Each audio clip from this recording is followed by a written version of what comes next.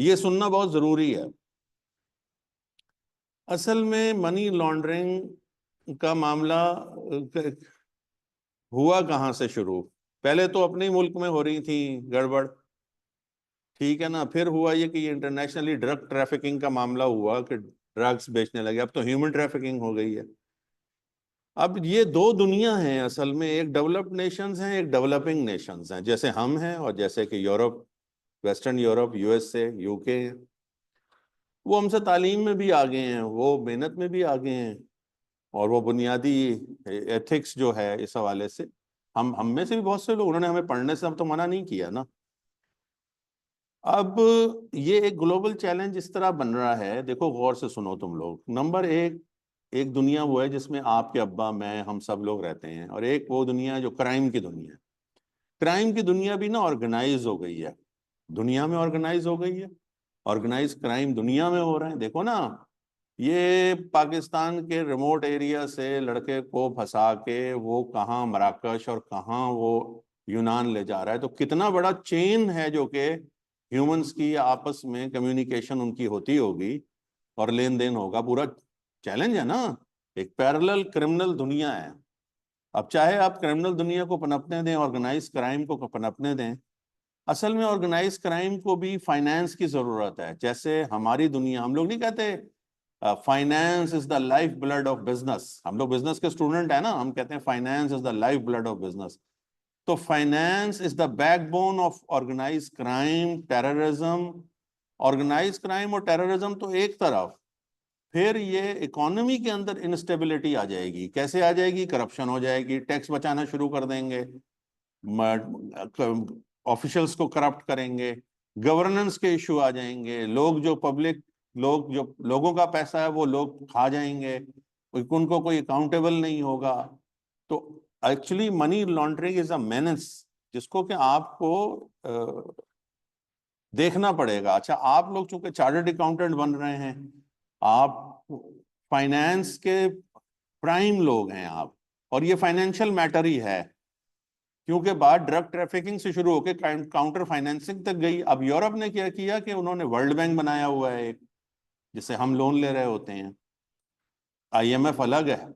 IMF जो है वो आप समझ लें एक तरीके से इमरजेंसी सेंटर है, और वर्ल्ड बैंक जो है वो अस्पताल है। हम तो आईएमएफ की हालत में आ जाते हैं, आप समझ रहे हैं। तो वर्ल्ड बैंक और FATF, financial action task force, अब इस पे क्रिटिसिज्म भी है हमारी तरफ से, यानी कि एक किसी हद तक उसमें सच भी है कि जी ये डेवलप्ड नेशन का इशू है और वो हम पे इम्पोज करते हैं। हमारे यहाँ इसकी टेक्नोलॉजी, हमारे यहाँ इसकी ट्रेनिंग, हमारे यहाँ इसकी कंप्लायंस बड़ी महंगी पड़ती है। बात ये नहीं है। देखिए, ऑर्गेनाइज क्राइम से हम भी परेशान हैं, ऑर्गेनाइज टेररिज्म से हम भी, हमारे लिए तो इशू है। हमारे यहाँ भी गवर्नेंस के इशू हैं, हमारे यहाँ भी फाइनेंशियल स्टेबिलिटी की बहुत ज़रूरत है। मेरी बातें समझ रहे हो कि ये जो मनी लॉन्ड्रिंग हो रही है, मनी लॉन्ड्रिंग तो तुम समझ गए कि इलीगल मनी कमाई, चाहे लोकली चाहे इंटरनेशनली, और उसको आपने प्लेस कर दिया लीगलाइज चैनल के अंदर। या वो जो कल हम बातें कर रहे थे, ऑफशोर कंपनीज, ऑफशोर अकाउंट्स, दुनिया में, अब दुनिया में लोग ढूंढते हैं ना कहाँ पे। भाई हमें भी जब इशू हो रहा है तो हम चैट जीपीटी यूज कर रहे हैं, हमें ये इशू हो रहा है तो हम गूगल कर रहे हैं, हमें इशू हो रहा है हम मुख्तलिफ टीचर्स को अप्लाई कर रहे हैं। तो इसी तरीके से क्रिमिनल दुनिया भी मुख्तलिफ तरीके के तरीके ईजाद करती है, और उसको काउंटर करने के लिए चूंकि पैसा भी है उनके पास, यूरोप के पास, तो वो टेक्नोलॉजी भी में भी करते हैं, रिसर्च एंड डेवलपमेंट में भी करते हैं, ट्रेनिंग में भी करते हैं, और कंप्लायंस में भी करते हैं। तो वो तो अपने आप को प्रोटेक्ट करते हैं, लेकिन वो ये चाहते हैं कि उनको विद इन एंड आउटसाइड उनको प्रोटेक्शन हो जाए, और इस बहाने अगर कोई और भी अगर करना चाहे तो आप भी अपने आप को प्रोटेक्ट कर लें। हाँ, बाज दफा ये होता है, जो क्रिटिसिज्म होता है वो ये होता है कि जैसे फेटफ है, उसकी ट्रीटमेंट डेवलप्ड कंट्री के फाइनेंशियल इंस्टीट्यूशन से डिफरेंट होगी, और हमारे यहाँ वो उसकी स्ट्रिक्टनेस डिफरेंट होगी। तो यहाँ पे कुछ थोड़ा सा इश्यूज भी हैं। तो ये मैंने एक बैकग्राउंड तुम लोगों को दे दिया कि भाई लेजिस्लेशन, वर्ल्ड बैंक और एफएटीएफ और वर्ल्ड ने एंटी मनी लॉन्ड्रिंग यानी मनी लॉन्ड्रिंग के अगेंस्ट हमारे 3 इश्यूज हैं। देखो तुम सारे गौर से सुनो। नंबर 1, हमें हमें अब पता चल गया है कि मनी लॉन्ड्रिंग क्या होती है, ये पहली चीज है। नंबर 2, इस हवाले से लेजिस्लेशन क्या है। एंटी मनी लॉन्ड्रिंग जो लॉ है वो बहुत बड़ा लॉ है और बहुत एक्सपर्टीज है इसके अंदर लोगों की। मैं तो प्री नर्सरी का टीचर हूँ टोटल। और तीसरी बात यह है कि वो कौन सी पेनल्टीज हैं, पेनलाइज किया गया है हमारे कोर्स, ये हमारा कोर्स है 3 हिस्सों में। What is money laundering, what is the legislation, what rules are there, and कौन सी पनिशमेंट्स हैं जो कि डेटर करेंगी मनी लॉन्ड्रर्स को। सारी बात सब लोगों को अच्छी तरह समझ में आ गई। इस हवाले से जो मैंने प्लेसमेंट की बात, लेयरिंग की बात और उसको इंटीग्रेशन की बात की है वो भी आपको समझ में आ गई है। इसी तरह आपको offshore companies, shelf companies, shell companies जिसके जरिए से ये मनी लॉन्ड्रिंग हो सकती है, ये बातें भी आपके उसमें आ चुकी हैं। तो अब आपके जहन में, आप फिर मैं आपको रिपीट कर रहा हूं कि आपके लिए क्यों इंपॉर्टेंट है। देखिए आप ही की तो फील्ड है ये, basically finance is your field. तो आपको इसके बारे में, अब आपको डेटा प्रोटेक्शन के हवाले से पता चल गया, पेमेंट सिस्टम के हवाले से पता चल गया, और अब आपको एंटी मनी लॉन्ड्रिंग के हवाले से जो थोड़ा बहुत लॉ है, जो कि पूरा लॉ आप मेरा ख्याल में सीफैप में पढ़ेंगे, तो उसका इंट्रोडक्शन दिया जा रहा है। अब हम अपना कोर्स शुरू करते हैं और बीच में जो चीजें आएंगी फिर वो मैं मजीद एक्सप्लेन करूंगा। ठीक है, तो होप के थोड़ा सा इंटरेस्ट जो है वो डेवलप हुआ होगा। और अब आप लोग देखिए, money laundering is a process.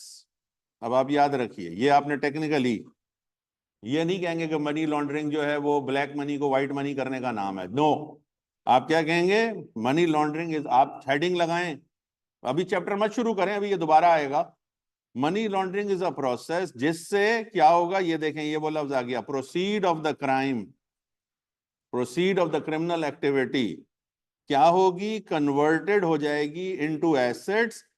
कौन से asset, appearing to have limit legitimate origin. सारे दोस्तों को मनी लॉन्ड्रिंग की डेफिनेशन या मीनिंग याद हो गए।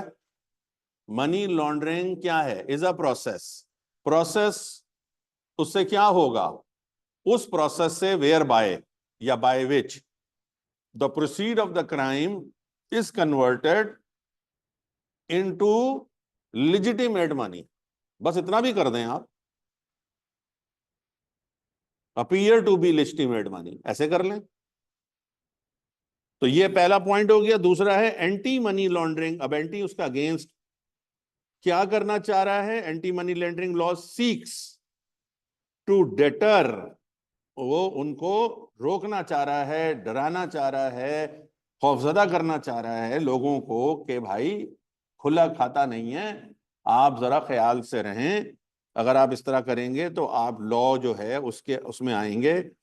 सीक्स टू डेटर क्रिमिनल्स, कैसे, by making harder for them to hide ill gotten money. कैसे, by prescribing the wider scope of the offence. अब ये बात समझो, जब ड्रग ट्रैफिकिंग थी तब तो सिर्फ बहुत लिया तो बैंक को लिया। अभी तुम जो डेफिनेशन पढ़ोगे, ये डेफिनेशन इतनी वाइड कर दी गई है फाइनेंशियल इंस्टीट्यूशन की कि तकरीबन हर वो बंदा जो कि पैसे की लेन देन कर रहा है, यानी कि वकील, उस पर भी anti money laundering, tax practitioner है उस पर भी मनी लॉन्ड्रिंग, प्रॉपर्टी का, वो स्टेट प्रॉपर्टी का कोई काम कर रहा है उस पर भी मनी लॉन्ड्रिंग का लॉ अप्लाई होगा, मनी एक्सचेंज कर रहा है उस पर भी होगा। टेक्नोलॉजिकली तो जितना हमने पढ़ा वो सारा वो तो होगा ही होगा। इवन के जो बिजनेसेस हैं, जो फाइनेंस से रिलेटेड कुछ बिजनेसेस कर रहे हैं, उन पर भी अप्लाई हो जाएगा, स्टॉक मार्केट पे अप्लाई हो जाएगा। यानी ये बात समझो कि ये जो वाइडर किया है ना इन्होंने स्कोप, इसकी वजह से अब मैंने जैसे इंश्योरेंस करानी चाहिए गाड़ी की, ये मैं आपको अभी लेटेस्ट बात बताऊं, तो वो जो मेरी इंश्योरेंस कर रहे थे, तो मेरी कुछ बातों बातों में बात हुई, तो मुझे अब याद नहीं रहा कि क्या बात हो रही थी, लेकिन उसने कहा कि जी वो लॉ अब ऐसा हो गया है, उसको नहीं पता कौन सा लॉ ऐसा हो गया है। उसने बस मुझसे सिर्फ ये कहा कि लॉ अब ऐसा हो गया कि ये सारी चीजों की ना रिक्वायरमेंट हो गई है। आपको पता चला कौन सा लॉ ऐसा हो गया है। ये एंटी मनी लॉन्ड्रिंग लॉ ने इंश्योरेंस को भी जो है वो फाइनेंशियल इंस्टीट्यूशन में डाल दिया है। अब आप समझ गए ना, जहां से पैसा जा रहा है, जहां से पैसा निकल रहा है, सबको वो लोग उस एम्बिट में ले आए हैं, किसमें, एंटी मनी लॉन्ड्रिंग में, ताकि कहीं से भी कोई गुंजाइश ना बचे। उसके बावजूद भी हो रही होगी, लेकिन बहरहाल इन्होंने किया है और स्ट्रिक्ट पनिशमेंट्स भी दी हैं। तो अब आपको ये बात, दो चीजें समझ में आ गई, वाइडर स्कोप कर दिया है और स्ट्रिक्ट पनिशमेंट दी है। चलो जी, छोटा मोटा इंट्रोडक्शन हो गया सब दोस्तों का।